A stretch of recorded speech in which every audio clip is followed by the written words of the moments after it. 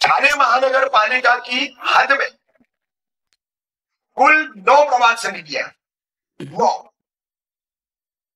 सिर्फ एक दीवा प्रभाग समिति नहीं है, और दीवा प्रभाग समिति भी आप गिनेंगे तो इसमें वार्ड नंबर 27 4 नगर सेवकों का एक पैनल है, आपको पता है। तो वार्ड भी कितना बड़ा होता है वो भी आपको पता होगा। तो 27 नंबर, 28 नंबर, 29 नंबर और 33 नंबर, ये 4 वार्ड। तो इसमें आप आते हो 33 में, ठीक है ना शहबाज? 29 हो गया, 29 हो गया पूरा 33। तो क्योंकि ये कार्रवाई पुराने वार्डों के हिसाब से होगी। अभी तो ये नई प्रभाग रचना जो आई है कुछ दिन पहले इलेक्शन को लेकर के, वो तो आगे चल करके लागू होगी फाइनल होने के बाद, ऑब्जेक्शन उसके निकलने के बाद। तो पुराने वार्डों के हिसाब से ये कार्रवाई हो रही है। तो दीवा प्रभाग समिति में कार्रवाई सिर्फ और सिर्फ शील विभाग में ही क्यों?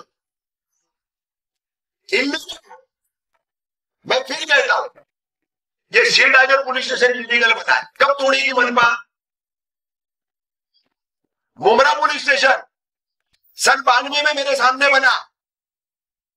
वो एक टैक्सी कैंसल लेता है, अपने बंगले में बैठा रहता है,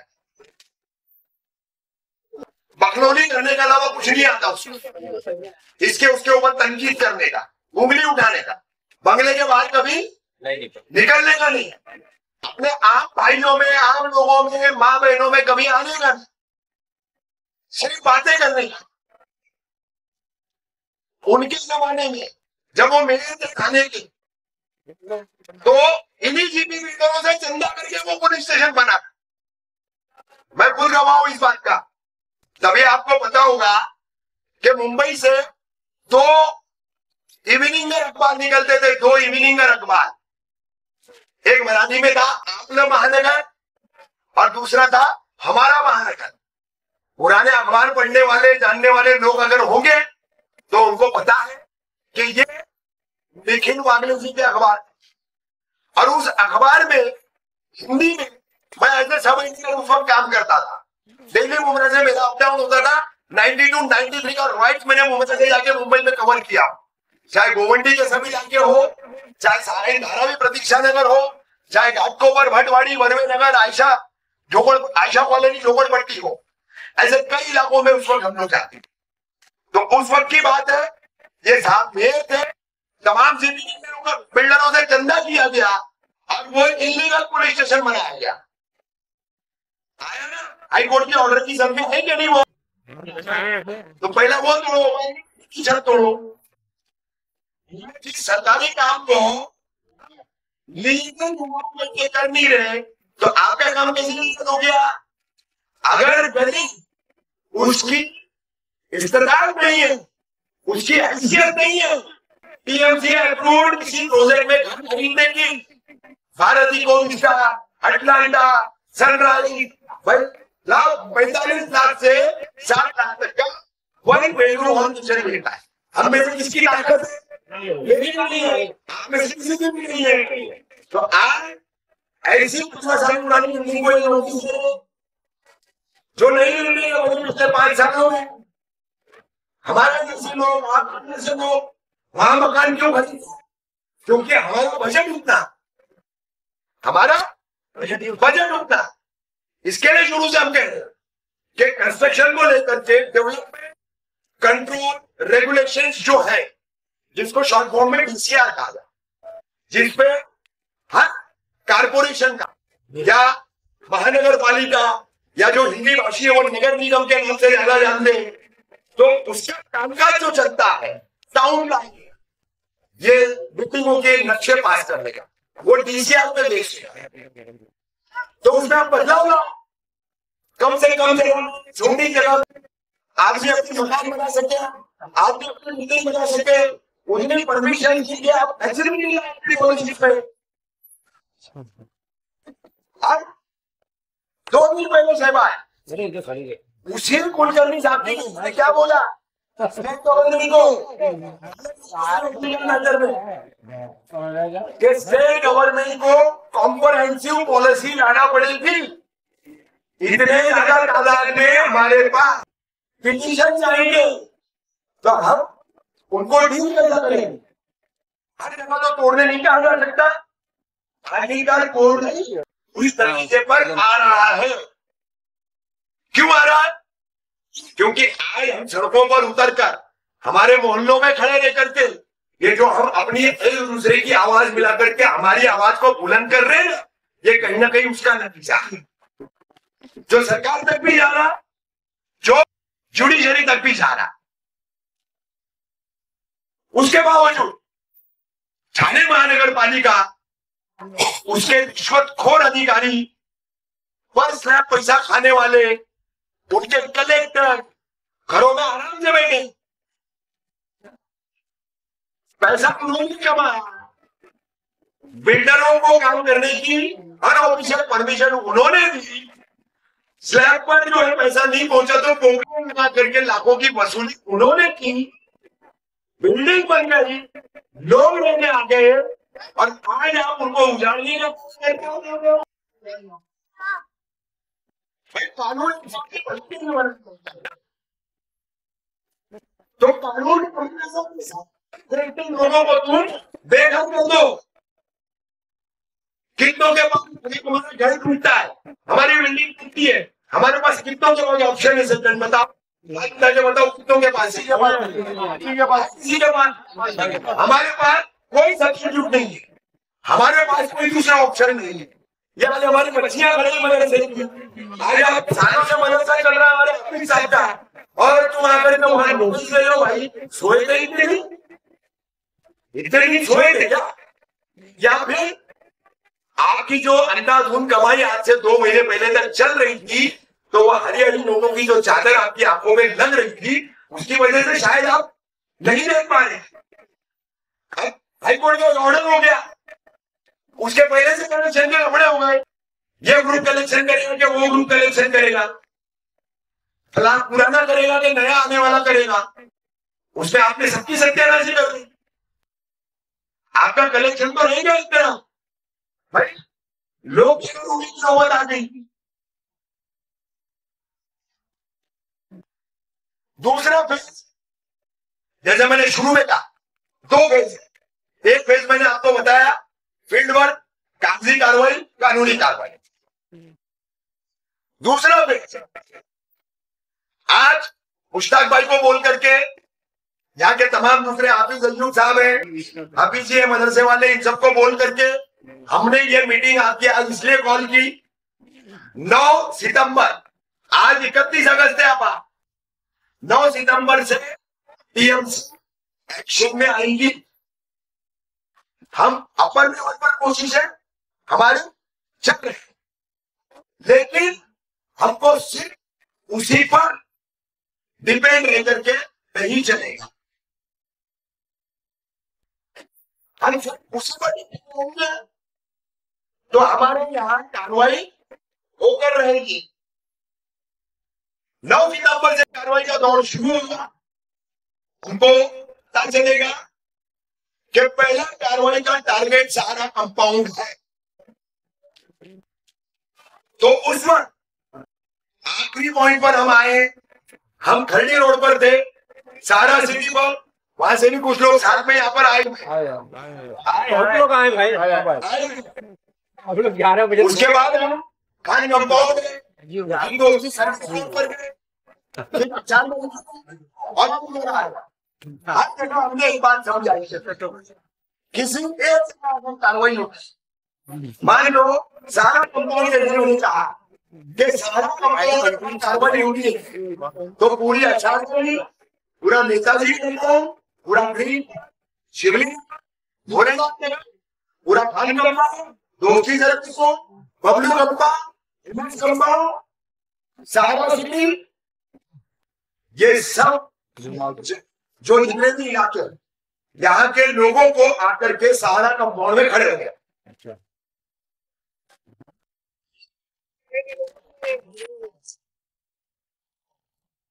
और सारा कंपाउंड के लोग हो, आपको मैं बताता हूं कि इतनी जगहों पर हम जाके आए, हर वहां की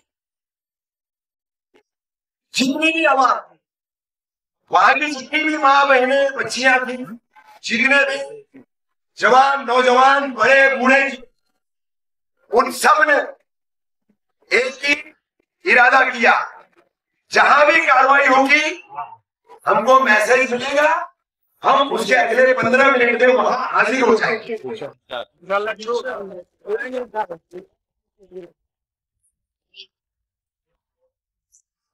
अब हमको करना क्या? मान लीजिए सारा कंपाउंड में कार्रवाई आ, हमको करना क्या? हम किसी भी मनपा अधिकारी से उलझने का काम नहीं करेंगे। जो बंदोबस्त में पुलिस आएगी उससे हम उलझने का काम नहीं करेंगे। हमारा काम सिर्फ इतना रहेगा, ये जितने आप 300, 400, 500 लोग जो भी आप मौजूद, ये तादाद और बढ़नी चाहिए। पहली बात, ये तादाद और बढ़नी चाहिए। ये मान लीजिए कि अगर एक घर में 5 फर्द है, 5 मेंबर है, तो 5 के 5 आने चाहिए। 10 मेंबर है, 10 के 10 आने चाहिए। छत बचाने की लड़ाई में पूरा परिवार आना चाहिए। यहां पर गोदाम वाले जो भाई लोग हैं जिनको नोटिसें मिली है, उनको मैं बोलूंगा वो तमाम जितने भी गोदाम मालिक हैं अपने स्टाफ के साथ काम करने वाले जो भी 5, 10, 15 लोग आपके पास होंगे, उन सबको लेकर के आपको इसमें शामिल होगा। एक इतनी बड़ी तादाद की हम दीवार खड़ी करेंगे कि जिसके चलते एक जेसीबी, एक पोकलेन, एक हथौड़ा लिया हुआ मजदूर आगे बढ़ने की हिम्मत नहीं करेगा।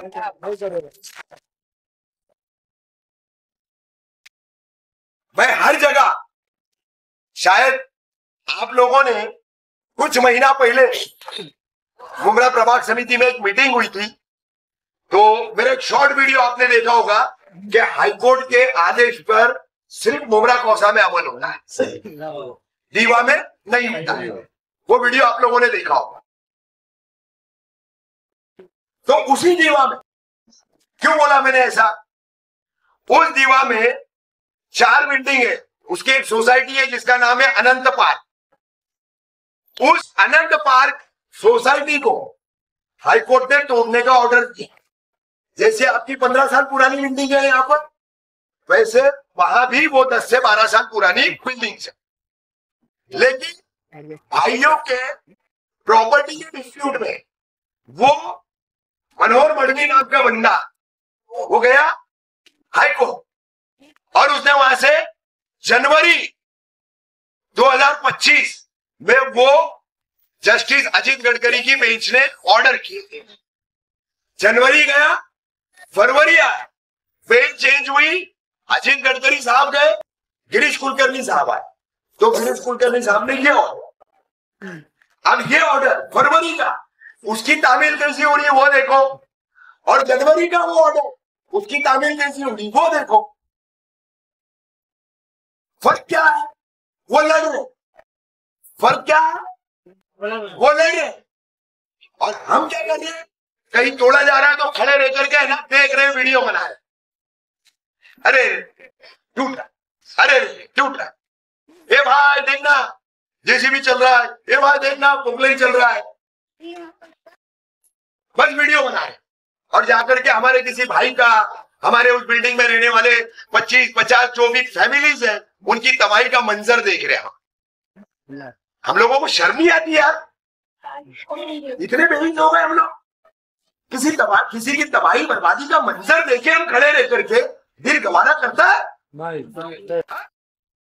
हमारी अपनी छत जाएगी और कोई आकर के देखेगा, क्या बीतेगी हमारे दिल पर?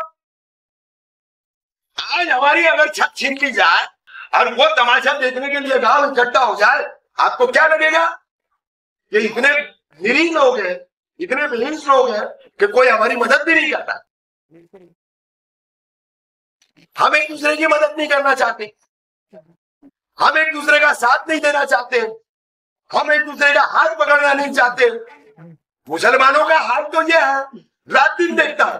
एक मुसलमान दूसरे मुसलमान को बर्दाश्त नहीं कर सकता। सही बोले भाई, बिल्कुल नहीं कर सकता।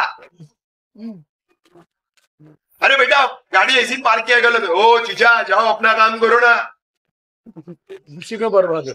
मैं तो इधर ही लगाऊंगा, क्या करेंगे भैया मोबाइल, ये हमारा अलमिया, ये हमारी तहजीब हो चुकी है, ये हमारा कल्चर हो चुका, तो क्या लड़ेंगे हम लोग। यूनिटी रहेगी। आप खान कंपाउंड, दोस्ती सर्विस, तमाम वहां दूसरे इलाके, खंडी रोड, शिवनी नगर, सारा ये ऐसा सर्कल है। ये यूनिटी कायम रहेगी तो एक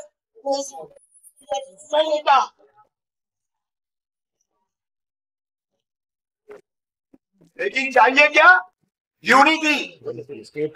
ये जितने आप लोग खड़े हैं, इसमें जो बचे हुए लोग हैं वो सारे शामिल हो जाए, यहाँ कार्रवाई आएगी, हम उस एंटी गेट से अंदर घुसने नहीं देंगे इंशाअल्लाह।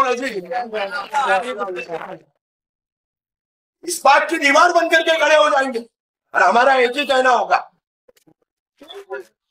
हाईकोर्ट के आदेश को पूरी तरह से अमल में लाओ और फिर कार्रवाई करो।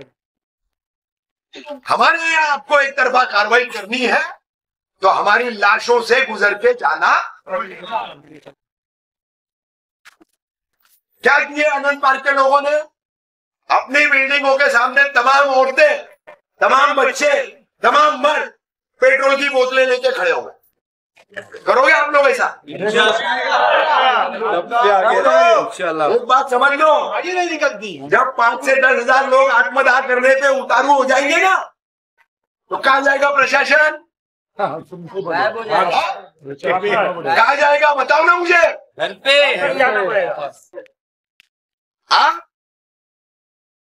मजबूती आपस में नहीं, एका आपस में नहीं, लड़ने का आपके पास तरीका नहीं। अगर कोई लड़ने का तरीका बता रहा है तो उसको सुनना नहीं, सुन भी लिए तो अमल करना नहीं। इस सिलसिले को खत्म करो। लोगों को गुमान है, अचार गली हम कहते अभी, लोगों को गुमान है कि नहीं, जिसका सर्वे हुआ है और जिसको नोटिस मिली है वही टूटेगा। अच्छा तुमको ऐसा लग रहा है। 14 जून को मैंने एवीके में कह दिया था ये कार्रवाई 1 साल चलेगी, क्योंकि मेरे पास इनपुट है, मेरे पास वो एडमिनिस्ट्रेटिव इंफॉर्मेशन थी, तो मैंने कहा 1 साल लगेगा। अनम पैलेस से लड़ाई ये शुरू की हमने, उसके 1 हफ्ते के बाद जो राहत मिली उसमें सीनियर पीआई साहब ने हमको बुलाया, हम लोग सब गए मिलने। तो उस वक्त सीनियर पीआई साहब ने बताया भाई कार्रवाई शुरू हुई, 2 दिन हो गए, तीसरे दिन मुझे प्रोग्राम दिया गया किस चीज का, कार्रवाई का, कि हमको इतनी कार्रवाई करनी है तो हमको इतना रेगुलर और लगातार बंदोबस्त लगता है। तो वो सीनियर पीआई साहब का जवाब था टीएमसी वालों को कि भाई मुझे आकर के 4 ही दिन हुए, 2 दिन बाद तो कार्रवाई शुरू हो गई। अब आप ये प्रोग्राम बता रहे हो तो मेरे पोस्टिंग के जो 2 साल है इधर, वो 2 साल पूरे कार्रवाई में चले जाएंगे। तो इससे अंदाजा लगाओ कि 2 साल का प्रोग्राम तो बचेगा क्या, कोई बचेगा क्या? किसी की, किसी का गाला, किसी की छत, कुछ नहीं बचेगा। पूरा मैदान रोते बिलखते बच्चों के साथ हम अपनी फैमिलियों को लेकर के सड़कों पर निकले, नहीं बंद करो। तो उसके लिए मैं बार बार कह रहा हूं, कम से कम हर कार्रवाई जो अब 9 सितंबर से शुरू होने जा रही है, ज्यादा से ज्यादा लोगों को जोड़ो। ये तेरी या मेरी करने का वक्त नहीं।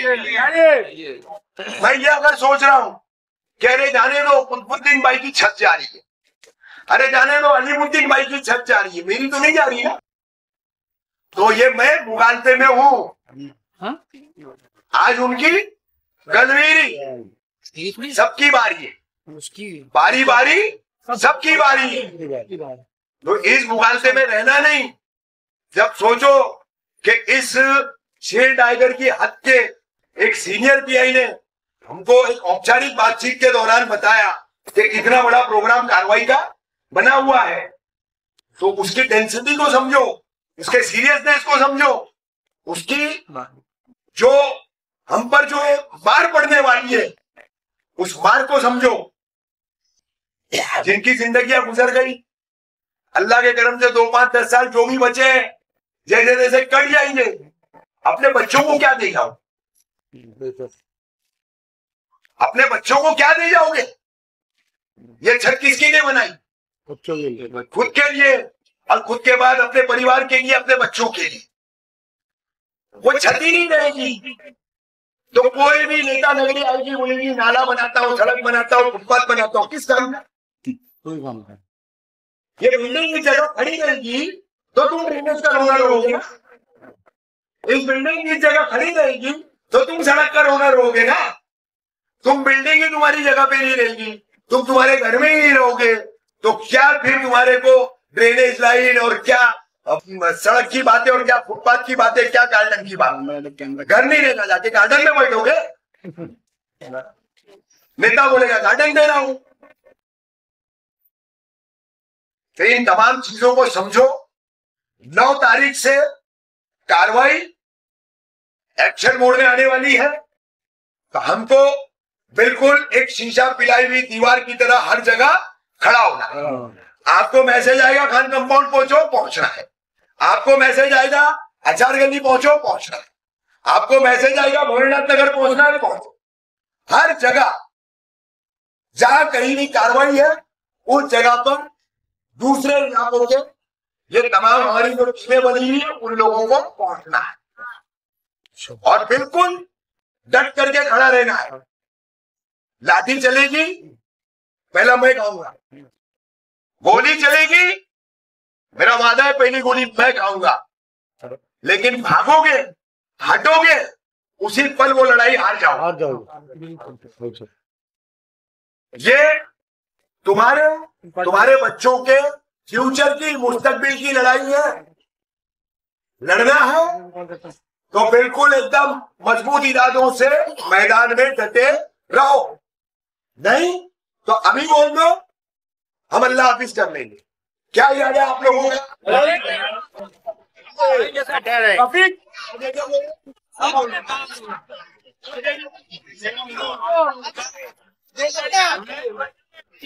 अरे लड़ेंगे या नहीं? प्रशासन को हमको घुटनों के बल लाना है, लेकिन कैसा? बिल्कुल तरीके से उसका अपोज करके अनंत पाल पैटर्न हम अपनाएंगे।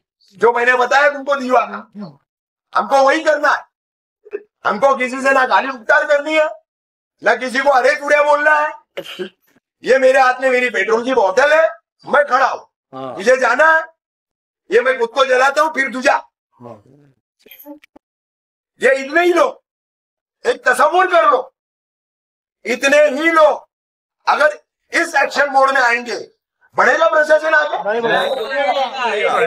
तो तैयारी में लगो, एकता कायम रखो। उस्ताद भाई है, बाकी के लोग हैं, सब आपको बराबर मैसेज देंगे। जब जहां जरूरत होगी वहां तुरंत पहुंचना, यहां जरूरत होगी सब यहां पहुंचे। कोई आगे बढ़ो, कोई आगे बढ़ो।